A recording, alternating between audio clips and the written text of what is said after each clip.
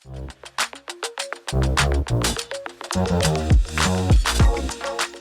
everybody. Welcome to Order in Chaos Episode 3. And today we'll be talking about red flags in people, right? Not just in people, but in partners, relationship. It could be personal relationships. What to look out for a relationship that we feel is not very sustainable, right? And also who to look out for if, the opposite is true as well, of who there is potential in following this person long term or working with this person long term in general. Start off right with past experience of ours where clients is just starting out, like they have not been around for a long time, they've just registered. But what happened was they were doing too many things at once. So they had their main brand, the things that were making profits, but then they wanted to venture into this, venture into that. When it's not focused, you know it yourself when a client is not focused and trying to do too many things at once. That's when you know that first question you always ask is that how much money do you have to keep running so many things at once, right? Because you must understand that you can rapid expansion, but once the cost is incurred, right, it's fixed. So meaning that I give an example: if you hire someone, right, you're paying that person on a monthly fixed cost, right? And if you do not make enough revenue to cover that, when your revenue is not fixed, then that's a problem that you might have. I personally, that's just my take on it. I personally do not believe in pure running on depth and belief and hope. Hopium, right?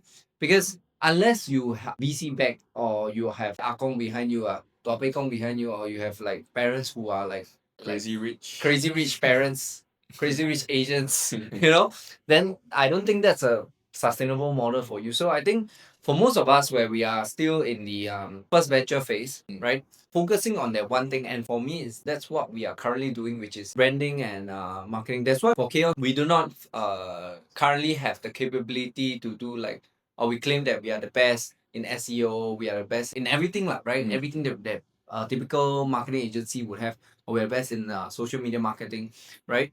We are the best in creating that narrative that is aligned with your brand, right? So let's say we talk about content creation on your social media, how that's translated from the narrative that we created for you, that we are confident in. But if you are talking about running ads, like the different social media platforms, then that's not our niche, right? We can do doesn't mean we are the best at it. I won't say that we are not good at it, but then we are not the best at it. I can be honest about that. So what are the red flags that you have met in people? Don't have to be companies, like so in people that realize that this person not very stable. Not very stable. It's actually quite hard. It depends on how you can sense them. That's not saying a lot, eh? Yeah, because one thing is you might never know. For me, I am quite oblivious. You're quite gullible. In a sense, yeah. Okay. So basically just have to 48,000. okay, wait. So in a sense, just I just speaking from my own experience, just have to stumble until just keep making the same mistakes until you realize your mistakes, and that's when you can break through out of it and progress to the next level. So But what if the mistake is so big that you can't climb out of the hole? Like $160,000 hole, for example. yeah, that's where I'm still surviving. So Okay, I didn't say it's about you. Why you think it was I basically in a sense have standards, like have your own standards, and then because the quality of your life depends on the kind of standards that you set for yourself. Whatever that you are experiencing in your life right now is basically things that you tolerate. Yeah. So if you are in that hole already and you still can tolerate it, then it's not a bad hole. yeah, it means you are not stretched to your breaking point yet. That was the case for me because I realized that I was in a good situation, so I needed to get out, and that's where you have to have a plan and then have to start taking actions to get out of it. But how to identify people? I'm not the right person to ask. Unfortunately. No, okay, so I feel right, a lot of times is that humans want to do like good reciprocity, right? Yeah. Right, we have this innate nature for reciprocity, and like There are some people out there that understand this about human nature and then try to use that to their advantage, right? Yeah. So I think that's the part where you need to understand. You also always take things at the worst value. Like you always find the what's the worst case scenario, right? Yeah. Yeah. And then you use that as the benchmark of whether you are able to accept, right? So assuming like let's say your friend like can I borrow $5,000, and if it's your own savings and then you realize that okay, so it's let's say you if you have a $50,000 savings, and then you give loaned your friend this $5,000, I think that's okay, right? Like that's something you can accept, and if the person like bounce, then okay lah, the friendship is only worth $5,000, Yeah. right? But if you do not have even $500 and then you borrow to lend this friend, I think that's the part where it's because then you'll be liable, ma. Yeah. Right? You'll be liable to whoever you borrow from, could be your parents, could be other friends as well. Then I think that's too much of a 烂好人 lah. Right? So there's a difference between 好人 and 烂好人. Yeah, when it Right. comes at the cost of putting yourself in detriment for the benefit of others, Yeah. then that's a line that you should not cross. And second thing is like whether the person actually do what they say they will do, like put their money where their mouth is. Yeah, Right? ultimately results speak for themselves. Yeah, yeah. So they can claim, they can 画大饼 lah. They can sell you hopes and dreams. They can promise you the world. They might have the greatest mouth in the universe and that kind of thing. But then ultimately, when time comes and results are supposed to show up and they don't, then that's feedback lah. That's feedback to you to show you how actually competent or how powerful actually that person is. Other red flags to look out for, not just in terms of inconsistency or in terms of what topic, right? You mentioned, right? So some other red flags is more of like whether this person, like from experience, right, has done certain right actions. Because I was watching the movie, I think it's called The Resurrected. It's a movie about the scam compound in Myanmar. So then this person was saying that the worst thing is not hopelessness, but where there is endless hope, but the hope is just hope lah. Right? So some of the tactics that they used was they record the victim like begging for help, but the video was supposed to send to the parents to ask for like ransom, right? But in the end they didn't send the video. So scam victim who was scammed to work, right, was in a perpetual state of thinking like, oh, just one more day, just one more day, right? I think if you're not converting petty gains, right, I think that's one thing. It's also a reflection on yourself, right? Of course, no, I'm not saying that anyone should be scammed, right? But I'm saying that like if all of us were like making an honest living, then I think it's a bit harder for us to be cheated, especially for those investment scams, right? So I think that was one lesson I got out from the movie, right? What happens in real life is it's not like that straightforward as with the scams, ma. It doesn't have to be financial gains. It could be like relationship, love, right? Yeah. Could be like this person bring me out and pays for every meal, right? But you don't know if he is actually 贪你的身 right? Like he has ulterior motives, right? Gender and all that. Or whether he's genuinely he sees you as like a potential love interest and he's invested. I think that's one thing we can never figure out. So it's 80-20 lah, right? No, 50-50. It's not even 80-20, right? It's not Pareto principle, right? It's 50-50. There's a chance that you meet the right one or you meet someone who is not the right one, right? And whether he's in the right stage of life as well, right? So I think when we meet people, we all try to give the person a fair chance, like whether this person is someone we can go with long term. Like let's say certain times me and Ken, of course, like us being working on this together, there are times where if you're not a salary employee, right? Then that's when your income is not fixed, ma, right? I mean, our revenue is not fixed. If it was fixed, I'll be fucking happy, right? So if your revenue is not fixed, then that's when I think it's about having the honest discussion. Okay, so what have we done well this quarter? What should we be doing better? What should we be expanding to? Do we have the capabilities and the capacity, bandwidth? Do we have the bandwidth to deal with it? What's more corporate slog? So that we can circle back to so whenever you meet someone, or there are two types of people, right? We talk about like someone that's very hopeful and positive, right? Optimistic. Optimistic. But And then the other person, whoever is being called a pessimist because he starts to question whether something is viable, whether something is feasible, right? It's not that he's pessimistic, but that he's realistic. Yeah. Right? There's a difference between realistic and pessimistic. Realistic meaning that he says that it can be done, but these are the factors to consider. Yeah. Pessimistic is just cannot be done but doesn't provide It's the evidence. opposite of optimistic. Yeah. Doesn't provide evidence, right? But a realist is someone that provides evidence of, okay, so whatever you say you want to do, right? You give me the market research first. Yeah. Right? Of course, market research doesn't mean shit. Like some people will say that, oh, doesn't mean shit. Well, I can create a like liquid death, right? Liquid death is water, right? They sell water, right? So like, oh, the water market is saturated, then I cannot, I cannot very hard to break in the market. That's not exactly true, right? But it would drastically increase your odds if you are going into not a sunset industry, right? For that matter. But of course, let's say certain industries like boring industries. But then, if you have a new way of doing things, or even an existing way of doing things, but you're able to communicate your way of doing things better, why not? Right? To figure out how to communicate better, why not? I think that's one thing that differentiates someone that you can be with for long term, right? A business that you can be with for long term.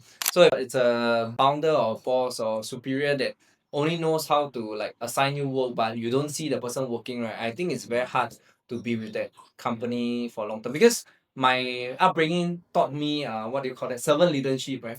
Servant leadership. So it's like a real leader is like my mom. My mom was a fishmonger in the market, right? So but in her entire 30 years career, right, she didn't just sit back and just let her employees run the business for her, and she just collect the revenue and stuff. Right, she was the one that was on the ground, descaling the fish, cutting the fish into, like, she was probably the only one, right? She hired someone from time to time, but she was the main person that was doing the actual operations of the business, not just telling people. Instructing. Yeah, it's not just instructing. So I think that's just my personal take on how leadership should be. Whether that is, some people will disagree, saying that okay, that's not a scalable business model, because you should be firing yourself from many roles as possible, including your own CEO role, right? To work on the business rather than in the business. Yeah. So that's just different takes of things, because I'm not looking to be the next fucking $1 trillion company. Let's be real. Like in our field, right? If there's only four of them, which is WPP, Omnicom, Havas, and Publicis. If your company is not called any of these names, right? You don't come and tell me that you are. Let's be real, right? So for us, we want to keep things. There's still that personal touch to it, right? So currently, a lot of people complaining like luxury brands. It's no longer luxury, right? Because the original definition of luxury was craftsmanship, was quality. attention to detail, quality, right?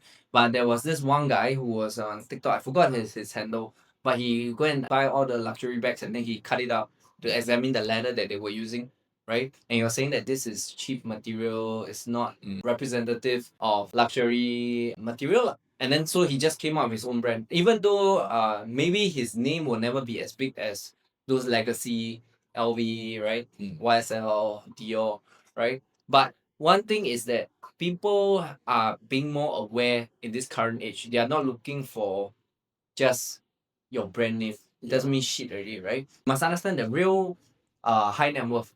They don't do what is available to mass market like us, right? So if luxury becomes mainstream, let's say they see boutiques of LV, they see boutiques of Chanel, right? Do you think that they will continue using those and be associated with mass market? No, right? Because luxury is about exclusivity for high net worth, right? And so that's when they shift into quiet luxury. The current trend, right? It's quiet luxury. So what, Brunello Cucinelli, I don't even know how to pronounce that. I don't Loro Piana. names that we don't even know how to pronounce. Yeah, so those are they always be shifting one. Yeah. Right? Then what are the green flags? Like our Green flags. I think green flags. What you said just now, the entire thing can just be summed up into honesty. So honesty. I would say so. Or that's how I interpret it, like honesty, whether that person is honest or not with himself. And also with himself. with you. Yeah. And it also comes down to whether you're honest with yourself and with others also. Mm. So of course a green flag will be honesty and a red flag will be dishonesty. Mm. Yeah, dishonesty with themselves and with everyone around them, that kind of thing.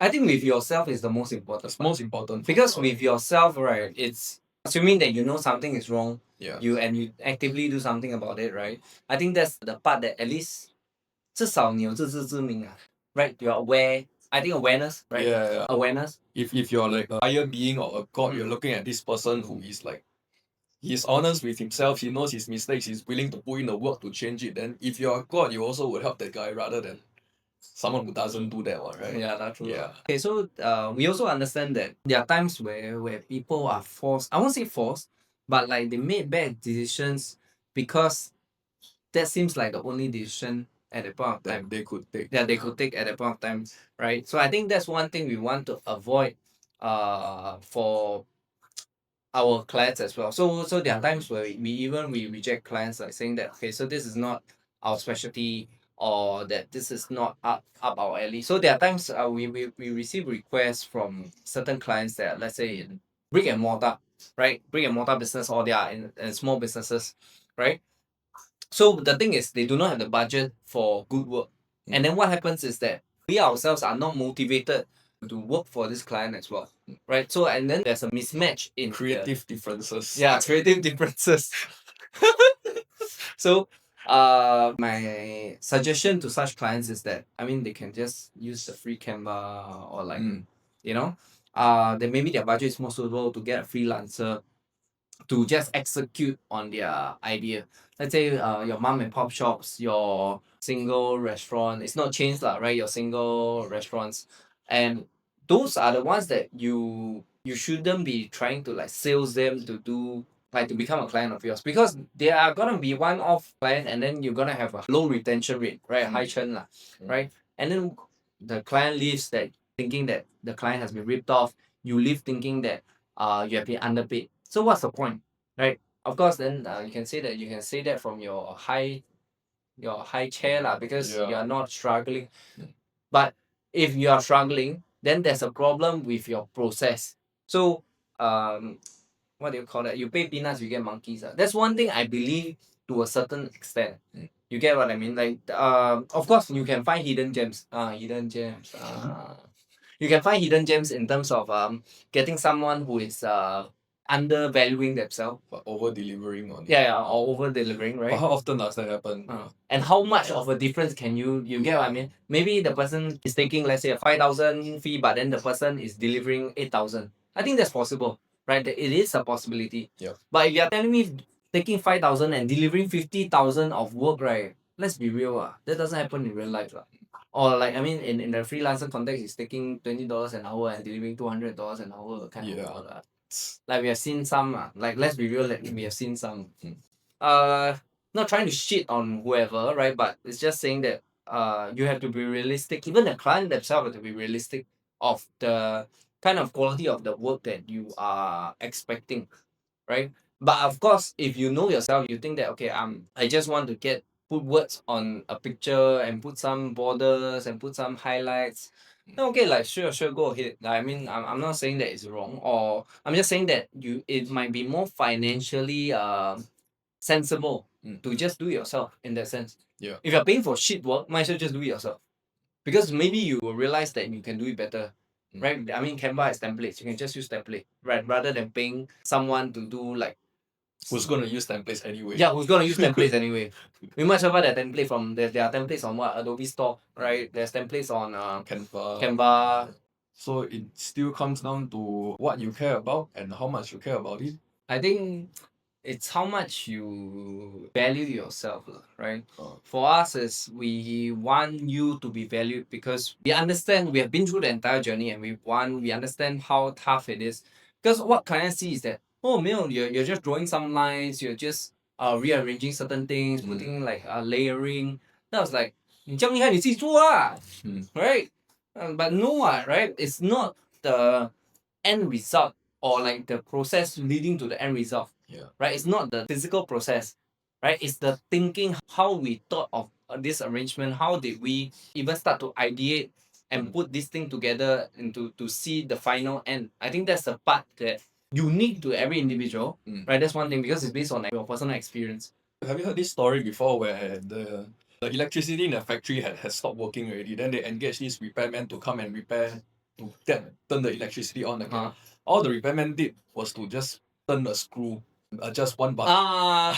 And then he charged them $1,000. Yeah. The moral of the story is that the turning of the screw maybe cost them $10, but it's the knowledge of which screw to turn that is worth $900. that's so true. But yeah, same thinking lah. Yeah. I think there's this misconception where knowledge-based workers presume that skill-based is very easy because it's like routine kind of It seems to them that it's yeah, it seems like it's a step by step, like a manual. Then, but those are just my personal opinions, lah, right? So I just different people have different ways of perceiving value. But the most important thing is finding the alignment with whoever you're communicating with. I think that's the whole lesson that we are trying to talk about today. It's about aligning not just with clients. I mean, in a professional sense, right? But with your partner, with your friends, with the people you are around with. If that's it to this episode, any questions, comment down below, and please don't forget to like, share, and subscribe to Kenita's OnlyFans.